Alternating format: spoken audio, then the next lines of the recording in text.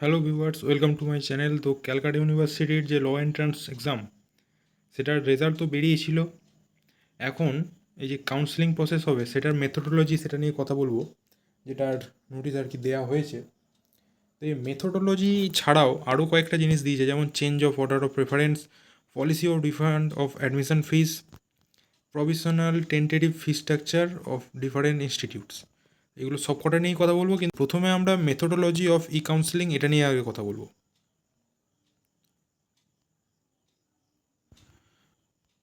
তো এখানে প্রথমত অনলাইন অ্যাপ্লিকেশান অ্যান্ড হল টিকিট জেনারেশন, এগুলো তো তোমাদের হয়ে গেছে।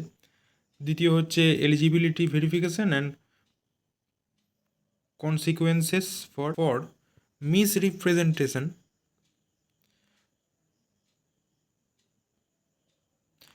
আচ্ছা, এই 3 অবধি কিন্তু তোমাদের এখন অবধি প্রসেস কমপ্লিট হয়ে গেছে। এবার এই মেরিট বেসড সিলেকশান অবধিও হয়ে গেছে বলতে পারো। এবার 5 নম্বর থেকে অ্যাকচুয়ালি তোমাদেরকে জানতে হবে যে এরপর কী কী হবে। তো তোমাদেরকে প্রেফারেন্স সম্ভবত আপগ্রেড করার সুযোগ দেওয়া হয়েছে। তো তোমরা যদি চাও তো তোমরা প্রেফারেন্স আপগ্রেড করতে পারো। আর সেটা যেভাবে করবে, তার আগে তোমাদেরকে দেখতে হবে যে মানুষ প্রেফারেন্স কী জন্য আপডেট করবে। যে হয় তারা ফি স্ট্রাকচারটা দেখবে, না হলে তারা দেখবে যে ওটা কলেজটা তাদের বাড়ির কাছে কিনা বা কোন কলেজটা তার পছন্দ, এরকম থেকে তারা প্রেফারেন্স আপডেট করবে। তো ফি স্ট্রাকচার যেটা, সেটা কিন্তু ওয়েবসাইটে দিয়ে দিয়েছে, যেটা নিয়ে আমি এর পরে কথা বলবো। তো এগুলো দেখে টেকে তোমরা যেটা করবে, তোমাদের ইচ্ছা মতো তোমরা হয়তো ভুল প্রেফারেন্স যদি দিয়ে থাকো, তাহলে তোমাদের প্রেফারেন্সটা চেঞ্জ করতে পারবে, যে এডিটের অপশানটা সেটা এবার পাবে। তো সেই অনুযায়ী সাজিয়ে নিও। আর যারা অলরেডি ঠিকঠাক করে রেখেছো তাদের আর কিছু করতে হবে না। তো এটা নিয়েই আর কি বলেছে। তোমরা প্রেফারেন্স লিস্টটা যেটা করবে, তোমরা কিন্তু সেই অনুযায়ী কলেজ পাবে। আজকে তুমি যদি ফিফথ প্রেফারেন্সের কোনো কলেজ পেয়ে যাও, আর তোমার মনে হয় যে থার্ড প্রেফারেন্সটা পাবো, তো সেটা তুমি পেতে পারো, সেটার জন্য ওয়েটিং অপশান থাকবে। কিন্তু ফিফথ প্রেফারেন্সের কলেজ তুমি পেয়েছো, আর তোমার ইচ্ছা সেভেন্থ প্রেফারেন্সের কলেজে একটা পাওয়ার, সেটা কিন্তু সম্ভব নয়। তো এটা কিন্তু মাথায় ঢুকিয়ে নাও ভালো করে। তো এবার হচ্ছে পাবলিকেশন অফ সিলেকশন লিস্ট। তো সিলেকশন লিস্ট তো এই ক্যাটাগরি যেগুলো বলা আছে এইগুলো অনুযায়ী পাবলিশ হবে, তো সেটা দেখতে হবে। এবার হচ্ছে seat booking and document upload. তো এখানে হচ্ছে মেন প্রসেসটা বা মেন যে ভিডিওটা, আজকে বিষয়বস্তু, সেটা এখান থেকেই স্টার্ট হচ্ছে। তো after the selection list published, selected candidates must log in to the admission portal using their user ID and password. তো ইউজার আইডি পাসওয়ার্ড দিয়ে ফার্স্টে লগ ইন করতে হবে।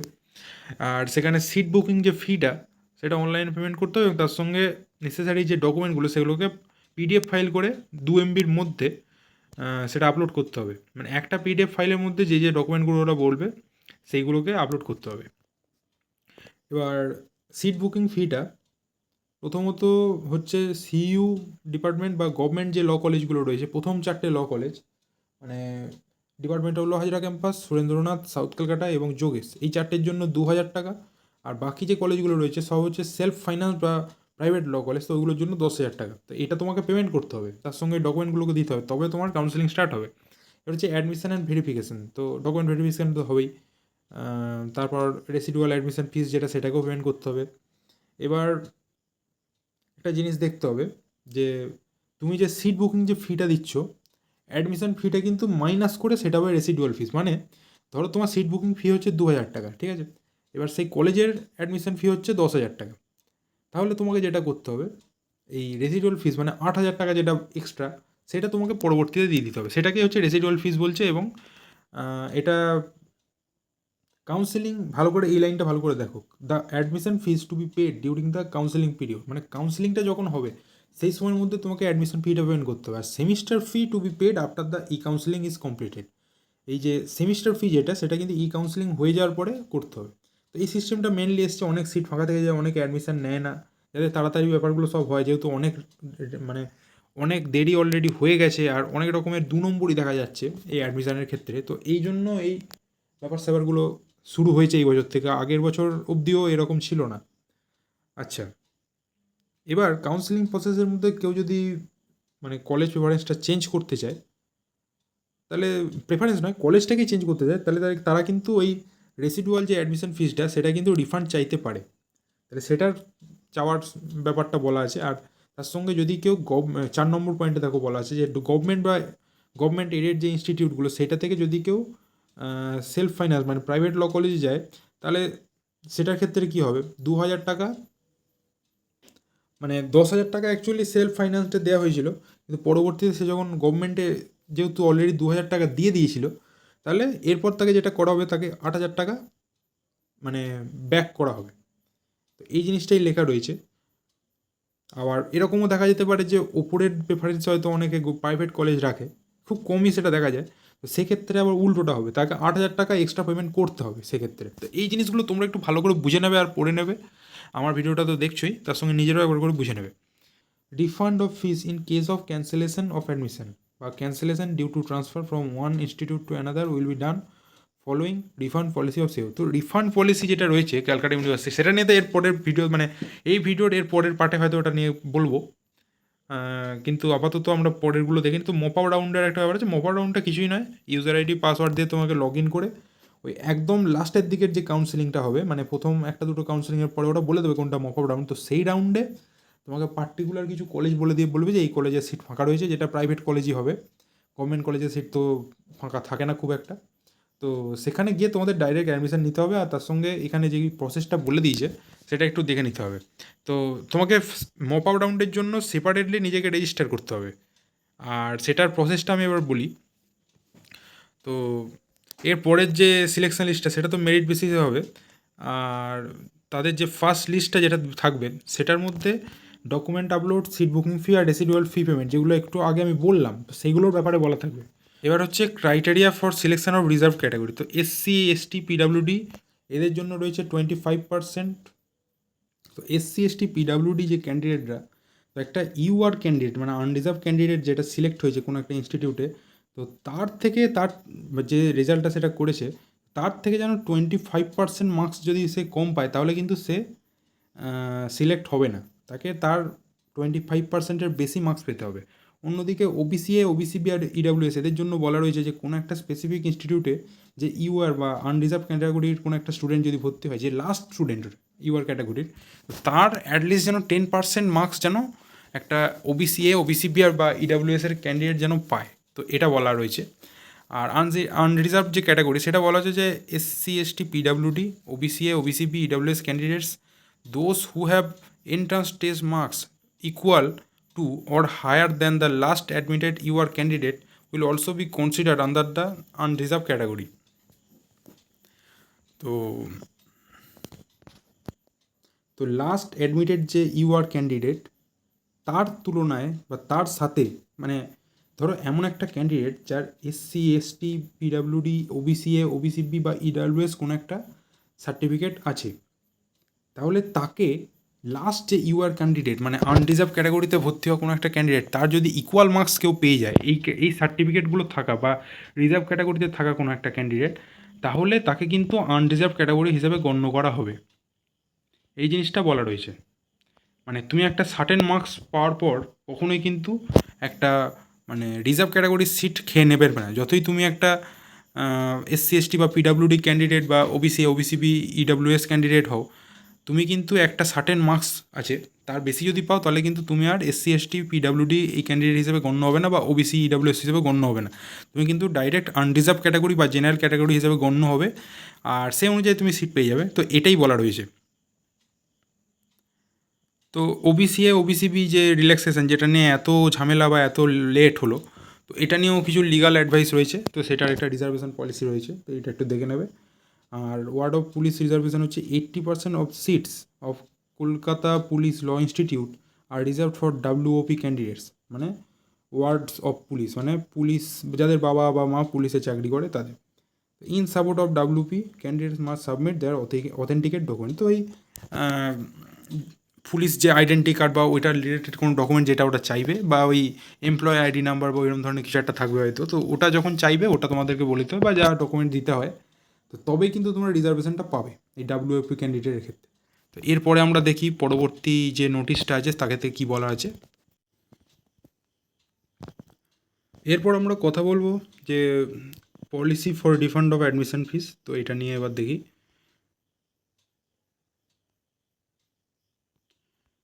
তো এটাতে বলা রয়েছে, আচ্ছা একটা সার্টেন পার্সেন্টেজের ব্যাপার বলা আছে, যে আমি এটা লাস্টের দিক থেকে বলছি তাহলে আপনারা ভালো বুঝতে পারবেন। যে লাস্ট ডেট অফ অ্যাডমিশান, মানে যেদিন আপনি অ্যাডমিশান নিলেন যে ফিজটা পেমেন্ট করে, তার যদি 30 দিন বা তার বেশি যদি হয়ে যায়, ঠিক আছে, মানে ধরুন 1 মাস হয়ে গেল, তাহলে আপনাকে কিন্তু রিফান্ড একদমই ওরা দেবে না, যেটা হচ্ছে 0%। এরপরে যে 50%-এর যে অপশানটা আছে, যদি 30 দিন বা তার কম হয় এবং 15 দিনের বেশি হয়, এই যে ক্যাটাগরিটা বা এই যে ডেটের যে ব্যাপারটা, তো এটার জন্য আপনি 50% পাবেন। এবার যদি 15 দিন বা তার কম হয়, 80% পাবেন। আর যদি 15 দিনের কম হয় পুরোপুরি, তাহলে আপনি 90% পাবেন। মানে টোটাল যেটা রিফান্ড পাওয়ার কথা, পুরো 90% ফিস মানে রিফান্ড পাবেন। আর এর উপরেরটা বলছে যে 15 দিন বা তার বেশি হলে, যদি লাস্ট ডেটের যে অ্যাডমিশনের যে ডেটটা, অ্যাডমিশন ফিজের পেমেন্টের যে ডেটটা, তাহলে 100% পাবে। আমার মনে হয় এই একদম 100%-এর এটা যেটা আছে, এটা মনে হয় 5 ডেজ হবে, একটুখানি লেখাটা হয়তো ভুল হয়ে গেছে। তো মেন হচ্ছে যেটা, আপনি যত তাড়াতাড়ি ক্লেম করবেন ওটা, যে আপনি যদি চান যে রিফান্ড নেবো, আমি এখানে পড়বো না, তা সেক্ষেত্রে আপনি যত তাড়াতাড়ি অ্যাপ্লাই করবেন তত বেশি পরিমাণ আপনি রিফান্ডটা পাবেন। তবে এখানে আরেকটা জিনিস বলা আছে যে যত টাকা রিফান্ড পাওয়ার কথা আপনার, তার থেকে কিন্তু ওরা 1000 টাকা কেটে নেবে, কারণ আপনার যে প্রসেসিং ফি বা আপনি যেটা এতদিন যে অ্যাডমিশনের যে চেষ্টা করেছেন বা এই যে প্রসেসটা ওরা করেছে, তো সেটার জন্য 1000 টাকা ওরা কেটে নেবে, বাকিটা আপনাকে ফেরত দিয়ে দেবে। তো এটা এখানে বলা রয়েছে। তো ক্যান্সেলেশনের জন্য অ্যাপ্লাই করতে গেলে আপনাকে অ্যাডমিশন টেকিং ক্লিয়ারেন্সটা সেটা দিতে হবে। তার সঙ্গে ক্যান্সেলেশন যদি করেন, যে আপনার অ্যাডমিশন যে রিপোর্টটা এটা ক্যান্সেল হয়ে গেছে, আপনি পড়বেন না এখানে বা চেঞ্জ করবেন, তো সেক্ষেত্রে আপনাকে এই সাবমিট করতে হবে ক্লেমটা, এবং রিফান্ড যে অ্যাডমিশন ফিজের রিফান্ড সেটাকে সাবমিট করতে হবে।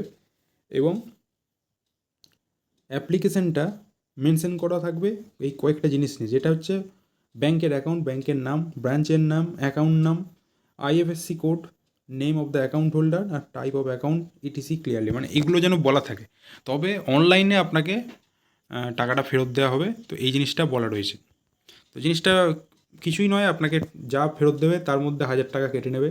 কত পার্সেন্ট ফেরত পাবেন, মানে যত তাড়াতাড়ি আপনি অ্যাপ্লাই করবেন তত তাড়াতাড়ি কিন্তু আপনি ফেরত পাবেন, কিন্তু যারা অ্যাডমিশন নিচ্ছে তারা আবার ফেরত পাবে না। মানে এটা এরকম ভুলভাবে ভেবে নিও না, যারা অ্যাডমিশনটাকে ক্যান্সেল করতে চাও এটা কিন্তু তারাই শুধু ফেরত পাবে। তো এটা হচ্ছে সেটা। তো এরপরে আমরা দেখি কি নোটিশ রয়েছে।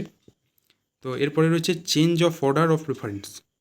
এটা কিছুই নয়, আপনারা যদি চেষ্টা করবেন যে নাই করার, তবু যদি মনে হয় যে অর্ডার প্রেফারেন্সটা চেঞ্জ করার, যেটা যে নম্বরে আছে আমার সেটা সেই নম্বরে থাকা মনে হচ্ছে চেঞ্জ করা দরকার, তো তাহলে এখানে যে প্রসেসটা বলেছে আপনাকে সেই অনুযায়ী করতে হবে। কিছুই নয়, ফার্স্টে ইউজার আইডি আর পাসওয়ার্ড দিয়ে লগ ইন করতে হবে, তারপরে ওখানে তো অপশান রয়েইছে। তো এটা হচ্ছে সিগনিফিকেন্সটা নিয়ে বলছে যে আপনি যে অর্ডারটা রাখবেন সেই অর্ডারে কিন্তু আপনার কাউন্সেলিং হবে, সেই অর্ডারে কিন্তু আপনি কলেজ পাবেন। আর আপনি যেটাকে যেখানে খুশি রেখে দিয়ে ভাববেন না যে আপনি আপনার যে কাঙ্ক্ষিত কলেজ বা যেটাতে আপনি ভর্তি হতে চান সেটা পেয়ে যাবেন। আপনার যে লিস্ট আপনি বানিয়ে দেবেন সেই অনুযায়ী আপনার র্যাঙ্ক দেখবে, সেই অনুযায়ী আপনাকে কলেজ দেবে। এবার যদি মনে করেন কোনো, এখানে কোনো ওয়েটিং অপশানের কথা কিন্তু এখন অবধি বলেনি, আমি একটা জিনিস লক্ষ্য করলাম। তবু এই ওয়েটিং অপশানটা দেবে কি না সেটা আপনারা এই হেল্প ডেস্ক যে নাম্বার বা এই যে ইমেল, এখানে কিন্তু ফোন করে জানতে পারেন। গত বছর অবধি তো অপশানটা ছিল। ও হ্যাঁ, এখানে কিন্তু দিয়েছে, আপনারা একটা ইনস্টিটিউটে এবং অ্যাপ্লাই করতে পারেন, এবং নেক্সট যে ফেজ সেইটার জন্য আপনি মানে একটা সুযোগ আপনাকে দেয়া হবে, এটাই বলা রয়েছে। তো এরকম যদি হয় যে আপনি যে প্রেফারেন্স যে একের যে কলেজটা রয়েছে সেটা যদি পান, তারপরে যদি আপনি বলেন যে না আমি আবার ওয়েট করব, তো সেটা কিন্তু হবে না। অ্যাটলিস্ট আপনাকে যদি 2 প্রেফারেন্সের কলেজ যদি পান, সেকেন্ড প্রেফারেন্স, তাহলে কিন্তু সেটা একে আসবে, কিন্তু যদি একে থাকে সেটা তো আর অন্য জায়গায় যাবে না, না? এই জিনিসগুলো একটু বুঝে সুঝে আপনাকে করতে হবে। তো এরপরে আমরা দেখি নোটিশ কী আছে। আচ্ছা, এরপরে কিন্তু ফি স্ট্রাকচার একদম বলে দেওয়া রয়েছে, তো সেটা আমরা দেখে নেব। আপনারা যদি আগের নোটিশগুলো ভালো করে দেখেন, তো এখানে এখানে বলা রয়েছে আপনাকে অ্যাডমিশন ফি এবং ফার্স্ট সেমিস্টারের যে ফি সেইটা পেমেন্ট করতে হবে, তবে আপনার যে অ্যাডমিশানটা সেটা এগোবে, ঠিক আছে? তো এখানে দেখুন হাজিরার কত আছে, 3575, এটা অ্যাডমিশান ফি। ফার্স্ট সেমিস্টার ফি হচ্ছে মাত্র 775 টাকা। আর সেকেন্ড সেমিস্টার থেকে 10 সেমিস্টার এটা শুধু বলে দিয়েছে, এটা এখন আপনাকে পেমেন্ট করতে হবে না, তো এই জিনিসটা দেখে নেবেন। সুরেন্দ্রনাথ কলেজের অ্যাডমিশন ফি হচ্ছে 11,900 টাকা, আর প্রতি সেমিস্টার আপনাকে 2,400 টাকা, মানে প্রতি সেমিস্টার নয়, প্রথম সেমিস্টার যেহেতু অ্যাডমিশন ফিটা এতটা নিয়ে নিচ্ছে ওরা, তারপর শুধু ফার্স্ট সেমিস্টারের ফিটা 2,400 টাকা, যোগেশের 1,200 টাকা, তার সঙ্গে অ্যাডমিশন ফি 3,930 টাকা। তো এরমভাবে আছে, এগুলো আপনারা দেখে নেবেন। এই সেকেন্ড থেকে 10 সেমিস্টার অবধি এই ফিটা দেখার দরকার নেই, শুধু অ্যাডমিশন ফিটা আর ফার্স্ট সেমিস্টারের ফিটা দেখতে হবে। এর মধ্যে কলকাতা পুলিশ ল ইনস্টিটিউট অনেকটাই কম, তো এই জিনিসটা আপনারা দেখে নিতে পারেন। আপনাদের যে পারিবারিক যে আয়, সেই অনুযায়ী আপনি কোন ফি স্ট্রাকচারের কলেজ প্রেফারেন্স মানে চুজ করবেন, সেটা আপনারা একটু ভাবনা চিন্তা করে নেবেন, আর সেই অনুযায়ী প্রেফারেন্স দেবেন। ওইটার জন্যই প্রেফারেন্স লিস্টটা চেঞ্জ করার একটা অপশানটা দিয়েছে, যে এই অনুযায়ী আপনি প্রেফারেন্স রাখুন, তাহলে আপনারই সুবিধা হবে। তো এটাই হচ্ছে নিয়ম। আচ্ছা, এবার হচ্ছে সিট বুকিং ফি। তো ওই তো এর আগেও আমি বলেছি যে সিইউ ডিপার্টমেন্ট মানে প্রথম 4টে সরকারি কলেজের জন্য 2,000 টাকা, আর বাকি হচ্ছে অন্যান্য প্রাইভেট কলেজগুলোর জন্য 10,000 টাকা। এটা হচ্ছে সিট বুকিং ফি। এবার হচ্ছে রেসিডুয়াল ফিস। রেসিডুয়াল ফিসটা কি?